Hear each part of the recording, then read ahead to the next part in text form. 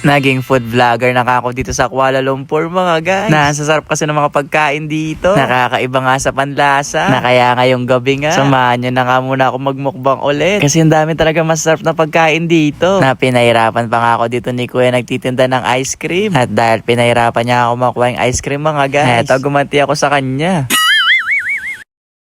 Gabing-gabi na nga, nagugutom na naman nga ako ngayon. Ngayon maganda dito sa Malaysia mga guys, maraming kainan. Na kumakaway din pala yung mga pusa dito. Kaya sabi ko sa kanya dyan, hi!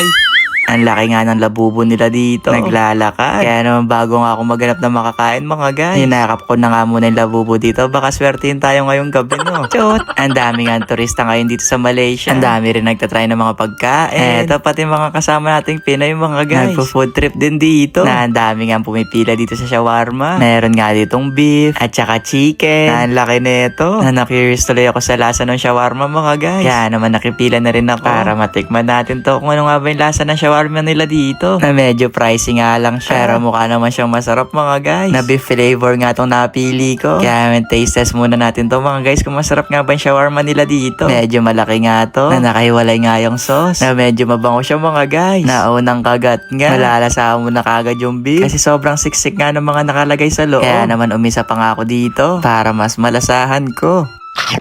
Masarap naman din siya. Pero parang may nalalasahan ako ng konting mekos-mekos dito mga guys. Siguro dahil dun sa green na pampalasa no. Pero masarap naman din siya. Pero parang mas gusto ko yata yung shawarma sa Pilipinas. Kaya 8/10 sa akin yun. Ay, yung sunod ko ang hinahanap dyan, yung bang crisp cheese kunafa. Na hindi nga tong tsokolate. Kundi tong kulay orange. Na bawat nadadaanan ko ng mga turista, may hawak-hawak na ganito. Kaya naman nainggit ako mga guys. Sinanap ko talaga tong kunafa. At eto, nakabili nga ako ng isa. Nandito ko na din pala siya kakainin. Na eto siya, para siyang pancake na may kasama na nga tong syrup na para mas sumarap nga daw to. Kailangan nga daw tong ibuhos para mas bumalansi nga yung lasa.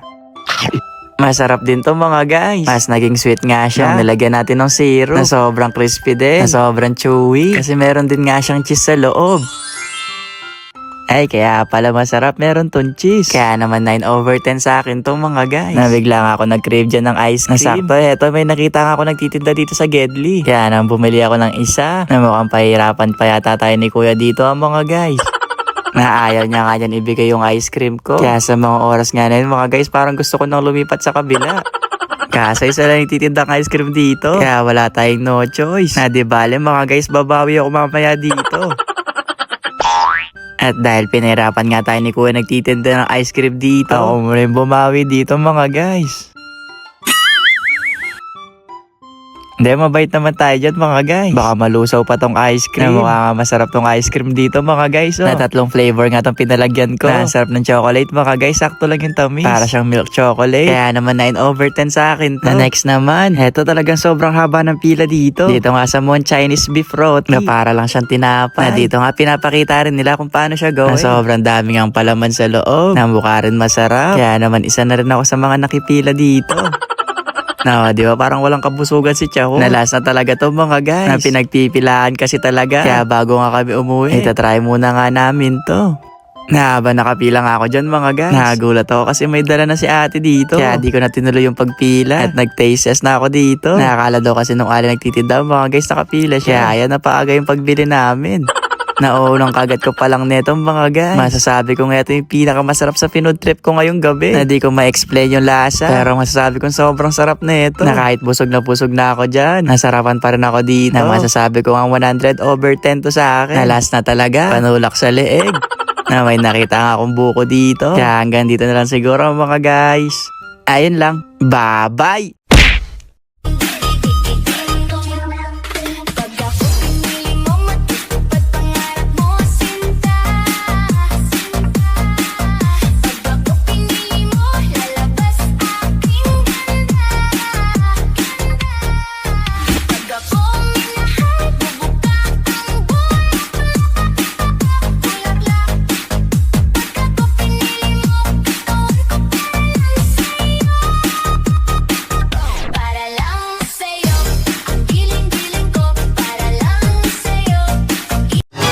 Binaha na naman nga pala yung lugar namin dito. Na ang bilis pumasok ng tubig sa loob ng bahay. Kasi tingnan nyo mga guys, may swimming pool na naman kami dito. Kaya naman ngayong araw, samahan nyo na nga muna kayo mag-akit ng mga gamit. This to this. Opo, binaha na kami dito. Ay, may isda na, Def. Nasaan, Def? Guys, di ko nilagay yan, ha. Mga ano? Sobrang lakas nga ng ulan ngayon dito sa amin. Nakapag ganito kalakas yung ulan mga guys. Maaga na nga nag-aayos si mama. Kasi panigurado nga papasok na naman nga yung tubig dito sa bahay. Na ilang araw na nga sunod-sunod yung ulan. Na sobrang lakas din. Na walang tigil. Nako mga guys, kung di talaga titigil tong gamamayang gabi, tuluyan na talagang papasok yung tubig. Lalo yung mga kanal nga namin dito sa Gedli na puno na. Kaya naman habang hindi pa nga tuluyan pumapasok yung tubig, nilaas na nga namin yung mga ref ni mama dito sa tindahan. Na kailangan nating masalba to. Kasi sobrang importante na to kay mama. Lalo na tong mga yelo no mga guys. Shoot! Dahil tinanggal ko lang yung mga yelo dyan. Kasi parang nga hindi masyado mabigat nga tong ref kapag inangat. Na sobrang lamig nga sa kamay nito. Pero alam nyo mga guys, kahit sobrang lamig ngayon dito, may mga bumibili pa rin ng yelo kay mama. Oh. Kaya ako naghanap kayo ng yelo dyan. Eto, meron pa kaming yelo dito mga guys. Shoot! Pero seryoso, kada taon na lang yata kayong binabaha dito. Na medyo mahirap din kasi kung ipapatambak tong buong bahay. Dati tinry nga namin tong ipaayos. Kaso nagsitaasan nga ni mga daan. Kaya talaga kapag bumabagyo na dito sa amin, tulong-tulong na lang kami sa pangapag-akyat ng gamit. Na lumabas na muna pala ako dyan ng bahay. Kasi si mama nagpapabili ng pandesal. Opo, nag-crave pa ng pandesal kahit umuulan na. Na medyo mataas na rin pala yung tubig dito sa tapat namin. Ayan o mga guys, para na siyang beach. Pero alam nyo mga guys, bata pa lang ako dito sa lugar namin. Nasanay na talaga ako kada umuulan bumabaha. Pero sana mag-stop na yung ulan mga guys kasi tumataas yung tubig. Na ito na pala yung pinapabili ni mamang pandesal mga guys. Kaya naman bago nga ako umuwi, share out ko na muna daw si ate. Na eto na pala yung update ng taas ng tubig dito sa tapat namin. Dito na siya sa may tuhod ko. Na uulan pa nga mga guys, tataas pa yan. Na-taste test ko na nga muna tong pandesal. Diba ako pala yung nag-crave nito, hindi si mama. Binilisan ko na nga lang yung pagkain mga guys. Kasi lumalakas na nga talaga yung ulan. Na kailangan na nga maakyat lahat ng mga gamit. Nasayang naman din kasi itong mga gamit mga guys kung masisira. Lalo na itong massage chair mga guys, kabago-bago na ito. Wala pa yata itong isang buwan. Kaya kailangan na rin itong maakyat. Pero sobrang bigat nito kaya sa mga case na lang namin siya nilagay. Kaya sabi ko sa mga kasama ko dyan, konting tiis na lang. Nasa susunod na babagyo, di na talaga tayo babahain. Nasa totoo lang din kasi talaga mga guys. Sobrang hirap kapag pumapasok na yung tubig dito sa loob. Sobrang hassle na iakyat yung mga gamit na mas mahirap pa nga dati. Kasi nung time nga na yun, hindi pa gawa yung bubunga. Kaya konting ulan may tumutulo. Kaya dito sa bahay nun, kada sulok may kaldero. O yung bang pangsapo ng tubig. Pero ngayon mga guys, di na kayang sapuin to. Lalo sobrang dami nga ng tubig na nakapasok. Nabigla nga akong tinawag dyan na may mga nakapasok na daw na isda. Na di ko nilagay yan mga guys Wala pa nagtitindang isda ngayong araw. Kaya imposible kung malagay dyan yan. Na tinatry nga namin huliin yung isda. Para nga sana may pang-ulam. Kaso sobrang liksi nga niya. Kaya sabi ko kay ate, ayahan niya na muna. Ako na manghuli dyan mamaya. Tara na mga guys, swimming na tayo dito. Na parang kailan nga lang tayo binahan, no? Ngayon, baha na naman tayo dito. Kaya sa mga binaha dyan katulad namin, mag-ingat kayo Huwag na kayong lalabas ng bahay kasi baka mabasa kayo. Ay, parang hindi ka nabasa dyan sa loob, chow. Dahil hinahanap ko dyan yung bota ko. Na di ko na kasi alam kung saan nalagay yun. Pero eto mga guys, nakita ko na. Kaya naman sinuot ko na nga itong may bagang bota. Para ma-house tour ko nga kayo dito sa bahay. Ay, chow, anong house tour? From this to this. Opo, binahan na kami dito. Guys, binahan na kami dito. Hi guys.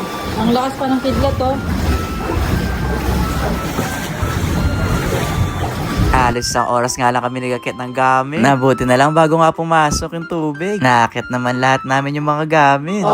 Kaya naman i-update ko na lang siguro kayo bukas mga guys. Kung ano pa ba yung mga mangyari dito sa loob ng bahay. Pero sana tumigil na yung bagyo. Kasi parang lumalakas pa nga siya ngayon. Sige na mga guys, hanggang dito na lang Basta ayun lang. Bye-bye! Malalaking squishy na naman yung bubuksan natin ngayon mga guys. Tara, buksan na natin. Ayan, sobrang lalaki ng squishy natin ngayon dito. Dami. Nain na natin itong napakalaking saging. Nabuksan ko na ito nung isang araw. Kasi yun, sobrang lambot niya sobrang laki pa. Ayan. Grabe, sobrang nakakagigil naman pala itong banana na sobrang kapal din kasi niya kaya di siya nasisira Tapos nasira Joke lang. Guys, sobrang ganda nito. Kaya 1 million over 10 sa akin to sa akin. Guys, next itong strawberry squeezy. Sobrang laki din nito. Ang ganda. Ang bango din. Taste test natin. Ayun, taste test. Din niya, oh.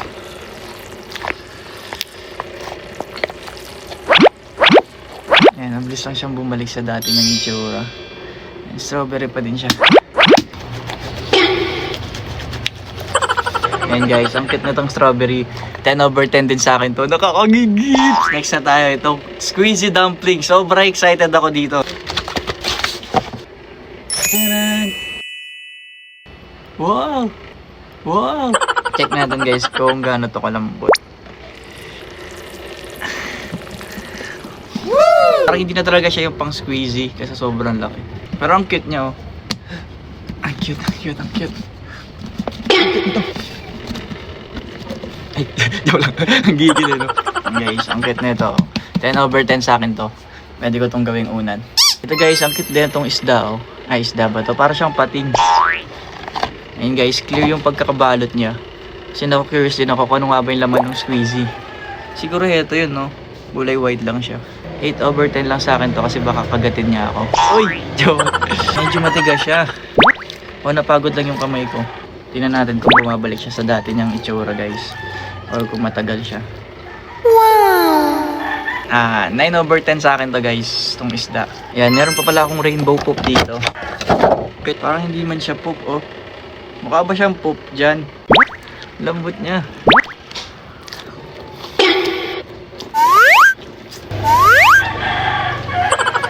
Over 10 sa akin to guys. Kamukha pa ako dito. Pakakit itong emoji na to kaya binili ko rin siya. Ito guys. Ito guys, ang lambot na ito, oh. La. La. Walay-walay na yung mata niya guys. Natanggal.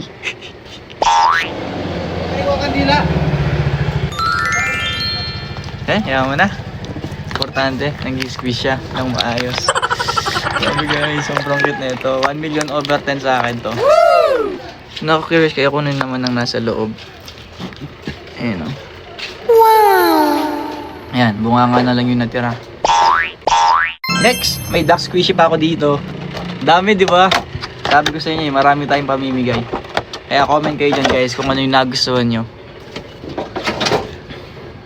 Lakit din nito para tayo may alagang sisiw. Ang cute pala nito guys. Ay, joke lang. Sorry po, sorry. La guys, kawawa siya. Baka mapanaginipan ko mamayang gabi. Nakapal yung balat niya kaya kahit ganyan-ganyanin natin siya. Hindi siya masisira, oh. And guys, kakagigil din to kaya 10/10 sa akin itong duck na to. Siyempre, bumili rin ako malaking cheese. And guys, amoy cheese din siya. Tingnan natin kung malambot. Ala, ang ganda talaga ng mga cheese.